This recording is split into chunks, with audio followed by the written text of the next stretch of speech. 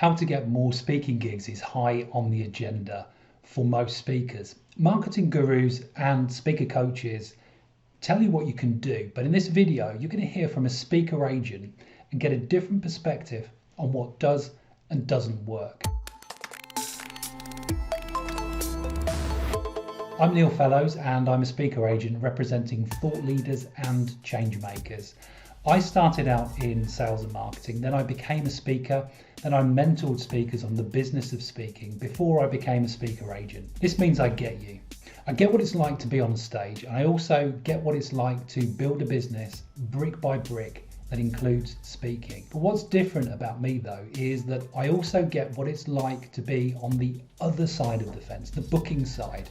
And that's where I'm going to give you insights like you've never had them before.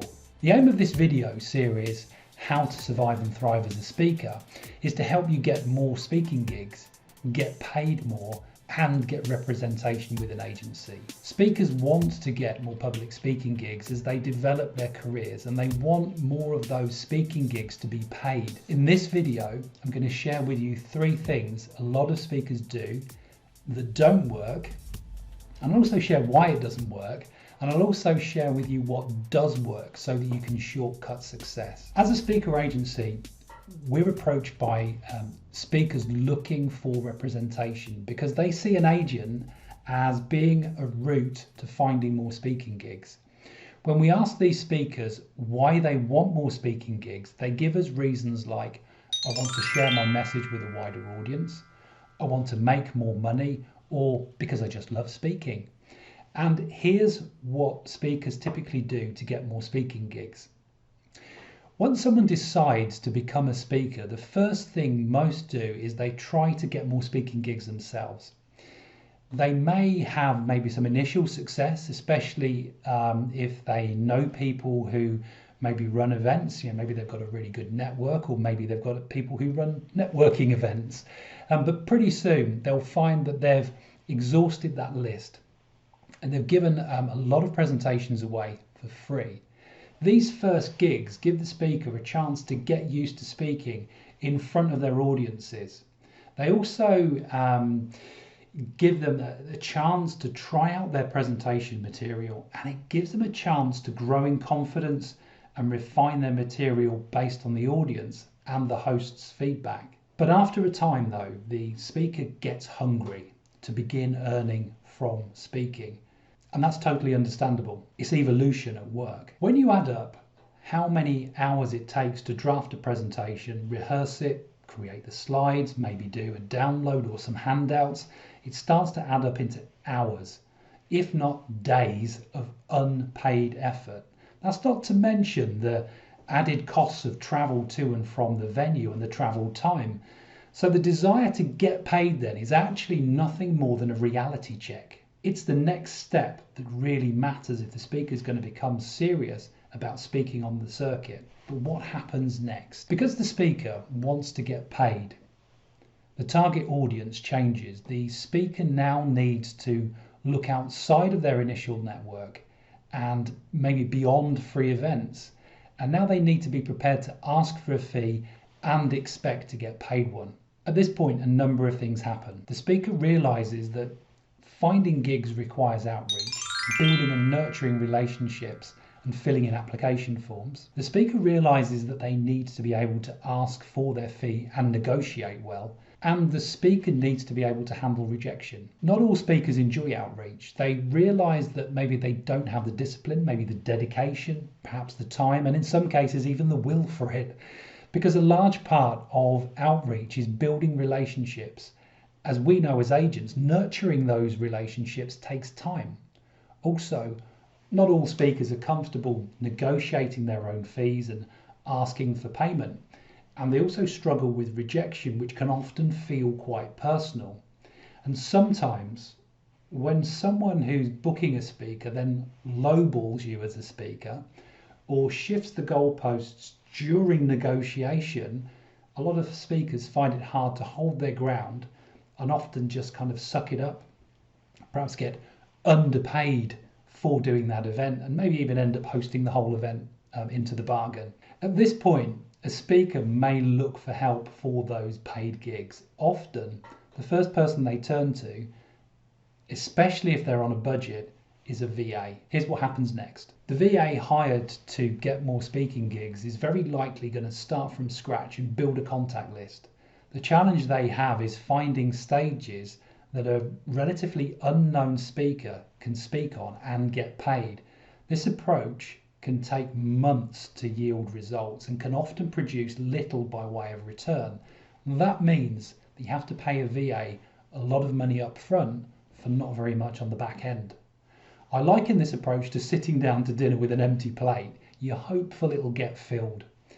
The reason for this small return can include approaching the wrong people, providing the wrong message, and not having the marketing material that makes you credible. It's sometimes hard for a VA and the speaker to look objectively at why gigs are not pouring in. Plus, if you do get opportunities, all of those decisions that a speaker really hates making during that negotiation phase still actually land on the speaker's lap, because most VAs don't handle that level of responsibility. So here's what typically happens next. The next move that a speaker will make to find more public speaking gigs is to hire a marketing manager. If the marketing manager knows what they're doing, they may create some impressive materials, potentially handling one of the objections that I just mentioned a moment ago. That's not having the marketing material that makes you credible. The problem with marketers is that most marketers only know marketing. They don't know marketing for speakers. What this means is that they can only give you limited expertise because they don't know the speaker market or the assets that speakers need or how to execute them effectively in a way that helps you close deals. And I know this because I see marketing materials that marketers have created for speakers when the speakers apply for representation. And I also see some of the tactics that marketers use when they're working on behalf of speakers trying to find them representation. At Stellar Speakers, we help new speakers develop 8 marketing assets that help them get more speaking gigs. And we also share speaking opportunities to help them get out there on the speaker circuit as well. To find out more about that, look for Rising Stars in the video description and click the link. But let's have a look at what happens after you've worked with a marketing manager. Actually, I might have been a little unfair to marketing managers. There are some amazing marketeers out there who really do get it, but for the few that do get it, there are plenty who just don't, and they'll take your money and make you promises, but you may end up with no results at the end of the day. If you're lucky enough to find one of those marketers, then maybe they could add a little bit of veg to your plate. But like I said, they are few and far between. Having tried to find more public speaking gigs themselves, then hiring a VA, then a marketing manager with limited success, the speaker will likely turn to a speaker agent to get help with finding more speaking gigs. The perception from the speaker's point of view is that the primary role of an agent is to get a speaker more bookings. However, when you look at it from the agent's point of view, it's a slightly different scenario. Agents want to work with speakers who are already busy. Busy speakers have created market demand, which is attractive to an agent. The agent then uses their skills to handle all the contract negotiation, get you paid what you should be paid, and kick back when the booker tries to move the goalposts. But is being a speaker that is already in demand enough to attract an agent's attention? No. The agent will want to know that you command an absolute minimum of 5,000 per booking, ideally 10. Now these numbers are just about simple maths. The agent earns their living on commission, and closing deals is only a part of an agent's expense. Other expenses include building and maintaining relationships, which may take months or even years before they come to fruition. And the agent also needs to be able to market their speakers in other ways too. For many speakers looking for representation, this immediately rules out an agent at this moment in time. That's not to say that in time you can't get an agent. You just need to know what the agent wants and needs and then strive to achieve that. And this is where the whole idea of finding speaking gigs gets flipped on its head.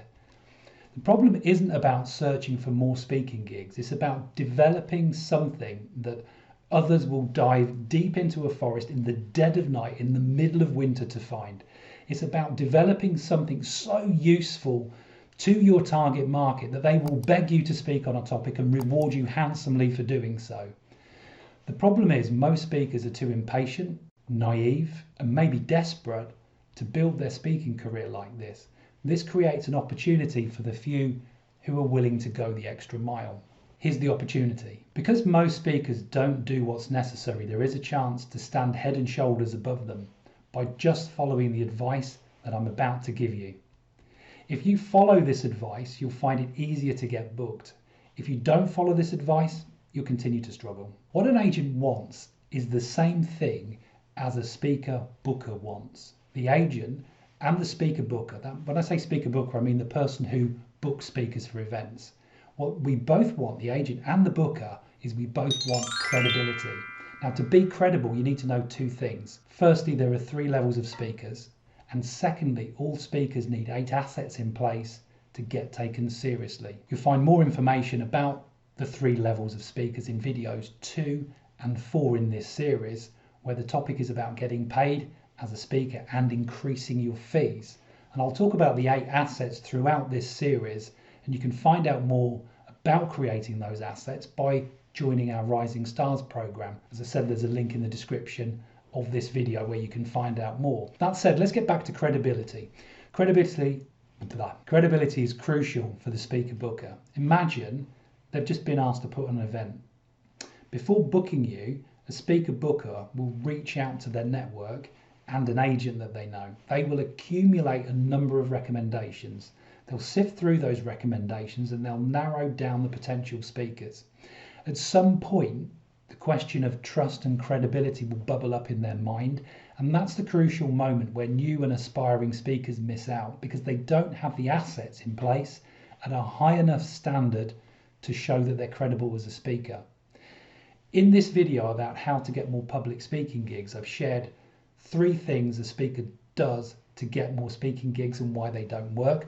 I've also shared with you what an agent is looking for, and I've explained the way to develop the kind of credibility that gets you booked is to develop your speaking assets. Now you know that, the next thing you want to know is how to increase your fees, and you'll find that information in video 2 on this playlist. Meanwhile, if you found this video useful, subscribe to the channel and hit the bell to get notified of all of our latest uploads. If you want to be taken seriously by an agent and speaker bookers, you want to make sure you have all of your assets in place. Just because you've been on the circuit for a couple of decades and had some high-paying gigs during that time doesn't automatically mean that you are representation ready. But what will set you apart from other speakers is ensuring your speaker assets are in place. At Stellar, we think of it like this. A star system is a constellation of stars with a gravitational pull. We think of your speaker assets as that gravitational pull, and we've developed a program called Rising Stars that walks you through how to create and update 8 critical assets we call essentials. We give you a directory of speaking stages, share speaking opportunities so you can get out on the circuit, give you invaluable industry insights helping you to spot the trends or build your understanding of a certain niche sector in the market. We also give you templates, checklists, and bonus video interviews, hand you quarterly trainings on hot topics, and give you access to quality providers who can help you develop your assets. Best of all, once you've completed the program and developed your assets, we may even take you on and represent you. So you can find out more about Rising Stars. I'll add a link in the description, and I'll see you in the next video.